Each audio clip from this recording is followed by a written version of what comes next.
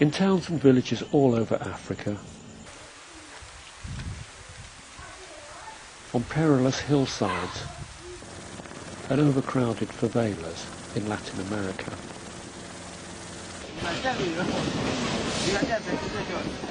from Asian cities where communities live right next to busy railways, and back to the unplanned and unhealthy cities of Africa. 3/4 of the world lack the same thing: secure land rights.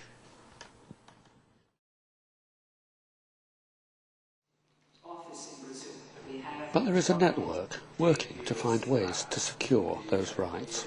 The Global Land Tool Network has been established in 2006. It is a network of partners that represent different groupings. The Global Land Tool Network really started because there was a gap in the world. A number of partners recognized that in order to get security of tenure for all, we had to fill this technical legal gap. It's really important for people's livelihood that they get safer access to tenure and to land, and so that's the main reason for CEDA and Sweden to support GLTN. The WIRO Commission, I think, is a founding member of the Global Land Tools Network, and we got involved early on. It was the first time we saw a place inside a UN habitat that grassroots women, pro-poor policies were being talked about. But one of the challenges we are seeing is to be able to bring all this knowledge and also the tools down to the operative level. One of the ways that the network achieves this is by building capacity. The Land Tool Network emphasizes capacity building as one of its key cross-cutting themes, and we realize that there's capacity building needed for many different actors working on land. But because it's practical and it's bringing people along where they're talking about beginning to look at how do you go from talking housing rights and how do you break that down. We had a workshop here in Cotonou, Benin, to see how the tool has been performing so far. We found the workshop interesting in that it gave an overview of the RFUs in Benin. The workshop brought up the possibility of using the tool in other communities. All this initiative can actually fit into a land policy or land reform which is needed. We are seeing a lot of the participants that take part in these courses actually then meeting up separately in the countries after we've done training programs. And I think that's what we bring to GLTN. That it's not a technical or a managerial issue, but it's a deeply political process. I think GLTN has managed to delink some of these contentious issues related to land by focusing on tools.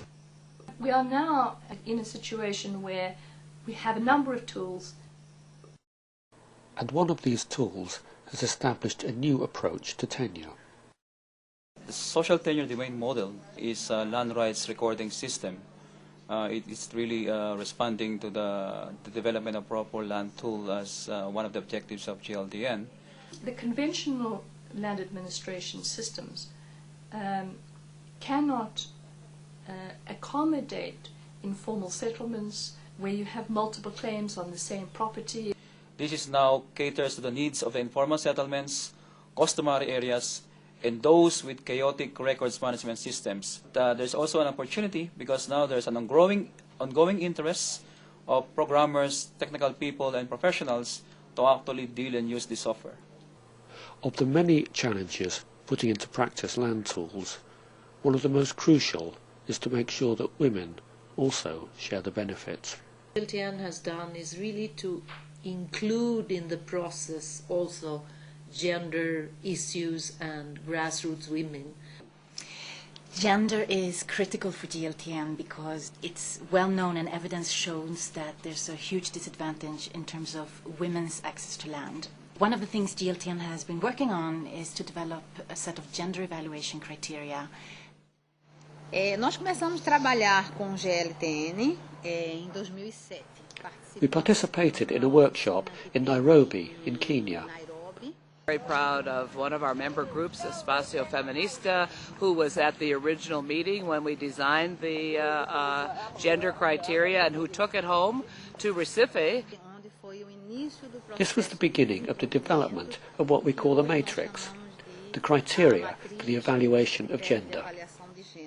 What we're seeing now in Recife, Brazil, is that it's also being used as a checklist in the design of a new initiative, such as land regularization there. Combination kind of opened up space that hadn't opened before and gave them recognition, so that now the national Brazilian government wants to see how they can move land regularization for communities. Espacio Feminista in Brazil is just one of the many partners that GLTN, as a network, works alongside. A very important step forward in our own activities that we have created these very important partnerships within the GLTN network. The concentrated energy of numerous partners working together to be able to deliver on an agreed agenda. The Global Land Tools Network is a partnership, and there's now 45 international groups. It's because it's certainly not about everybody getting money. Here you come to meet people like surveyors, like planners, like other international organizations. GLTN has really managed to work in a manner that we support strongly, that is, to work in partnerships with many different actors. We find that it is a very good network where, you know, all the members of the network are treated equally. And we felt that is a very genuine and sincere kind of network. The experience of this network is used to influence change at local and global level.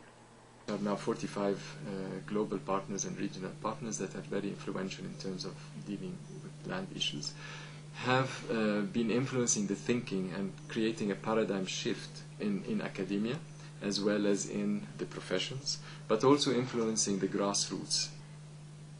Not only have we got global paradigm shift, but we can start seeing potential for paradigm shift at country level. We need to go forward to pilot and then scale up. And our vision is 192 countries, a new way of doing business that adds to the existing way of doing business. And so in many ways, GLTN reflects one of the manifestations of legitimizing what we do. It's important to continue working with grassroots and also try to link up with the work that bilateral and international organizations like the World Bank is doing and feed in the knowledge that GLTN has. In 2006, when we started the Global Land Tool Network in Vancouver, nobody could have imagined the kind of phenomenal impact that it has had. And one of the key benefits that I'm observing is to be able to actually bring that understanding and that excitement about all the activities that GLTN is championing to our membership, to our practitioners and to our professionals. When I look back at the past, and I see where we've come from, we've come a long way as partners. So I look upon this program as one of the most successful programs of UN Habitat when I've been here the last 5 years. Both in terms of the number of partners and the number of projects it's working on, I think if you look at it now, GLTN is a brand which is synonymous almost with transformational change. This global network has helped to transform the way that land issues are tackled by working with grassroots groups and policymakers and developing new thinking and new tools so that communities around the world can enjoy the land rights that they deserve.